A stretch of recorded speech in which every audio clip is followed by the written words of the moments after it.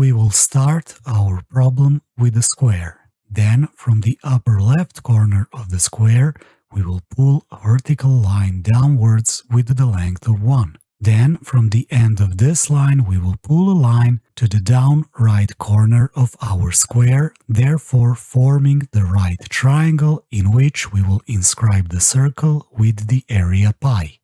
The question is, can we somehow calculate the red area of the remaining of our square? If you want to try this problem for yourself, you can pause the video right now and then come back and check the solution. Alright, so let's solve this one. So first, we're going to start with the area of the circle. We know that the area of the circle is equal to pi r squared. And we also know that the area of our circle is equal to pi, so we can combine those two equations to get that pi r squared is equal to pi, and after simplification we will get that r squared is equal to 1, which means that the radius of our circle is equal to 1. Now we will pull the horizontal radius of our circle. And by doing this, we can conclude that the angle between this radius and the left side of our square is a right angle. We know this by using the tangent of a circle theorem, which states that the radius pulled to the point of tangency is always perpendicular to the tangent line of the circle. This, of course, applies in our case here, since the side of our square is actually a tangent to our circle. Now let's rotate our radius down vertically, and you can see that we will again have the same situation. Of course, we can do this one more time and rotate our radius to the point of tangency between the circle and the hypotenuse of the triangle, and the same rule will apply. Alright, so now let's have a look at the bottom left corner of our big square. You can see that we have another square there. We know that this is a square because the horizontal and the vertical sides are equal and all of his angles are right angles. So this means that the other two sides must also have the value of 1. Now let's label the right side of the square as x. And let's have a look at the two vertical lines with the length of 1 at the left side of the square. If we clear our image a little bit and slide our blue line to the left, you can see that the remaining segment between two green lines must have the length which is equal to the difference between the side x and the length of those two green lines. In our case, this is x minus 2. Now let's again label the upper side of our square as x, and let's have a look at the bottom horizontal segment with the length of 1. Again, if we clear our image and slide our blue line downward, you can see that the remaining segment from the green line must have the length of x minus 1.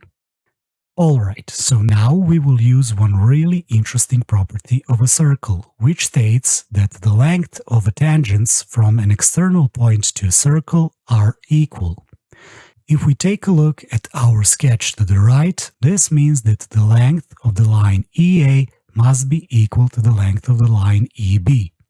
So now let's use this on our circle. First, we will pull two tangents of this circle from the down right corner of our triangle. And if we label those points the same way as we did on the sketch on the right, you can see that the length EA must be the same as the length EB, so EB must be x minus 1 as well.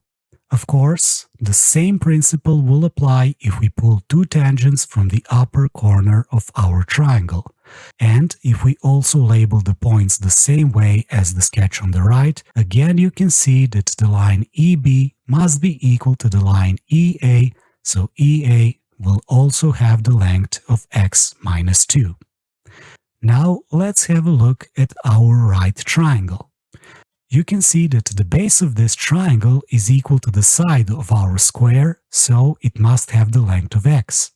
Then, the height of this triangle will have the combined length of two segments of x minus 2 and 1, which will give us x minus 1. And finally, the hypotenuse of this triangle will have the length of combined segments of x minus 2 and x minus 1, which will give us the length of 2x minus 3.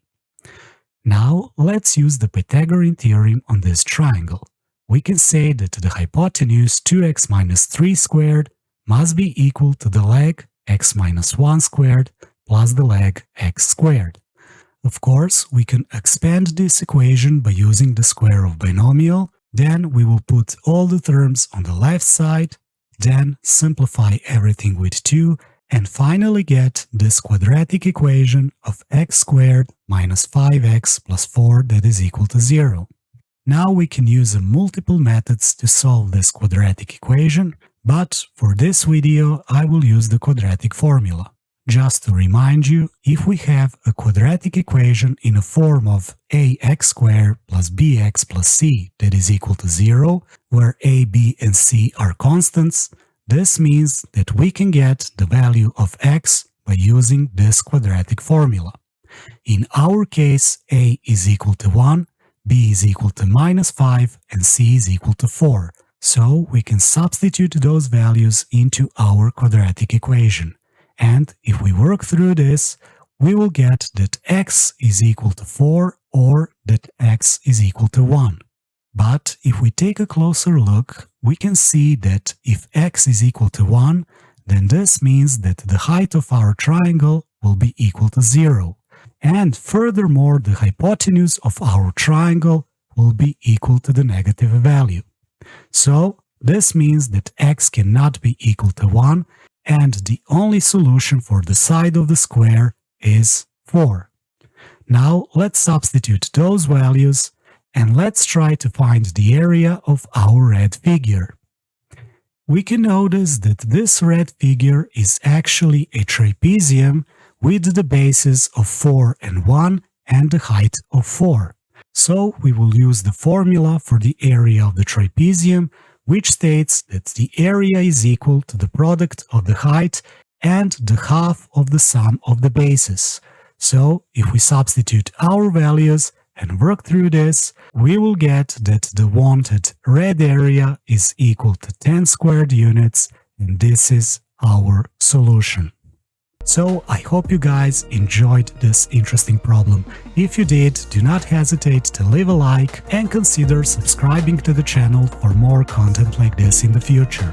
Of course, if you found another way to solve this problem, please write it down in the comment section as you always do. And until next time, see you all and take care.